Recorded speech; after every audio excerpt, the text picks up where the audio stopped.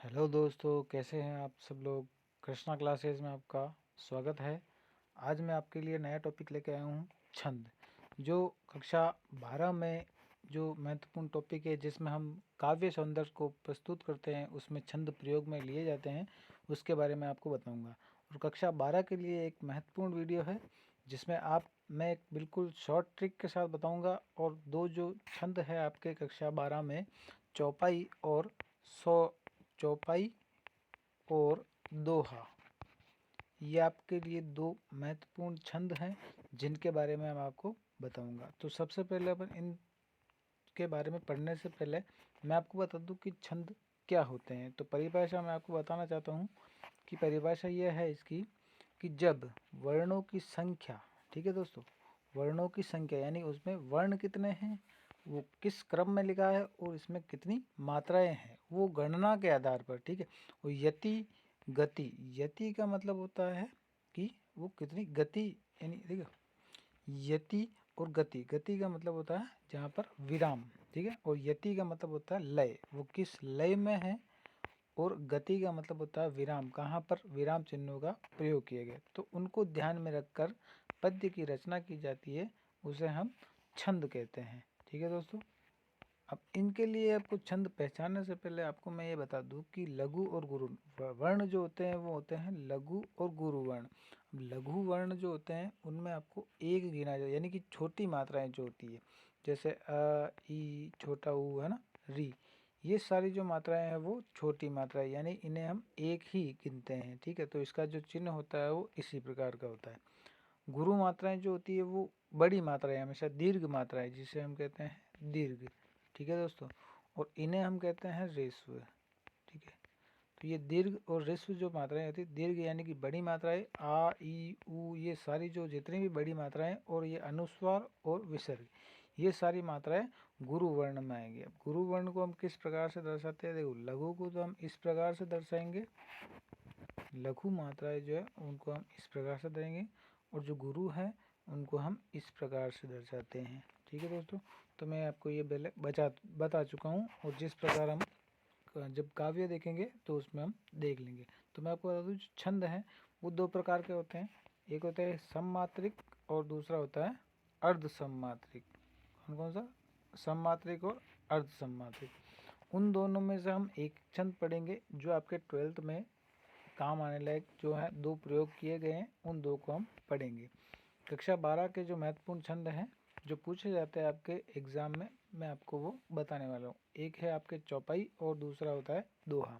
इनके बारे में मैं आपको इस वीडियो में बताऊंगा, ठीक है दोस्तों। आप वीडियो में पहला जो वीडियो है उसमें देखिए, आप देखेंगे कि पहला जो छंद है उसमें देखिए, पहला छंद है उसमें पहला है आपके चौपाई। इसमें आपको ये ध्यान रखना कि ये सममात्रिक छंद है, और इसमें 4 चरण होते हैं। कितने चरण होते हैं, 4 चरण होते हैं, और प्रत्येक चरण में 16-16 मात्राएं होती है। जब हम मात्राओं की गणना करेंगे तो हर जो जितने भी 4 चरण होंगे, 4 चरण मैं आपको दिखा देता हूँ। देखिए, ये यहाँ से ये एक, यहाँ से ये पहला, ये दूसरा, ये तीसरा और ये चौथा, यानी कि 4 चरण हो गए। अब इन चारों चरणों में 16-16 मात्राएं होनी चाहिए।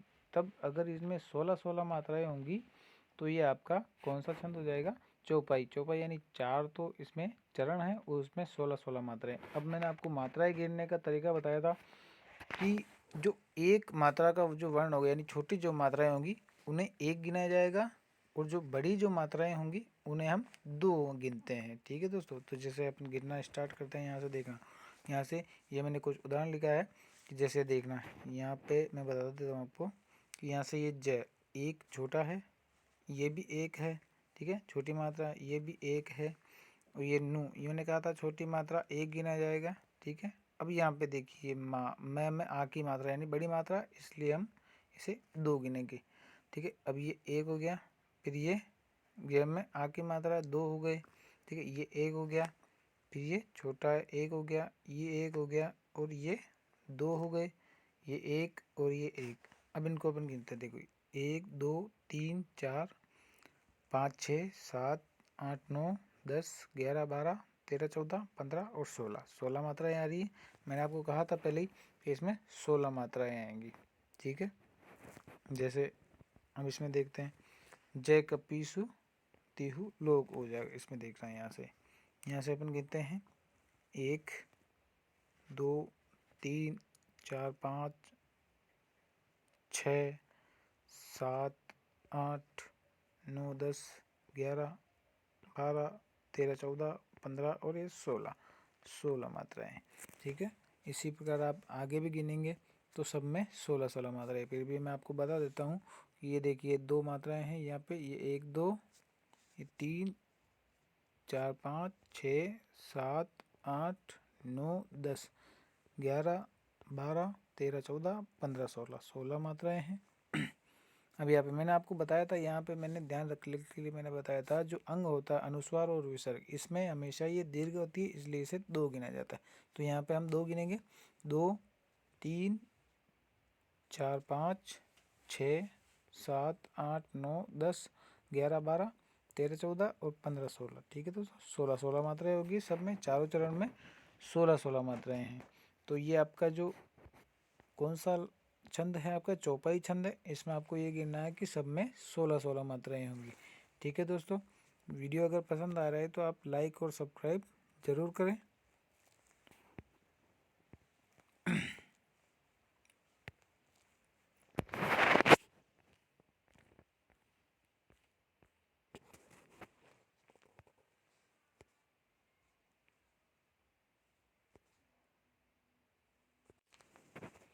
अगला वीडियो है आपके लिए।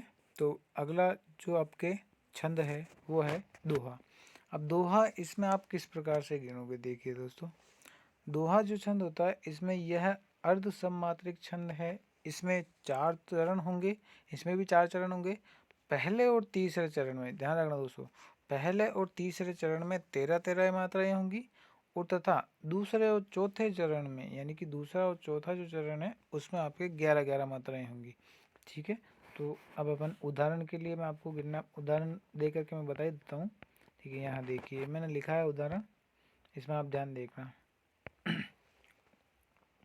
रहीमन पानी राखिए बिन पानी सब सून, पानी गए न उबरे मोती मानुस चून। अब यहाँ इसमें देखते हैं अपन, मैंने आपको तरीका बताया था गिनने का मात्रा है।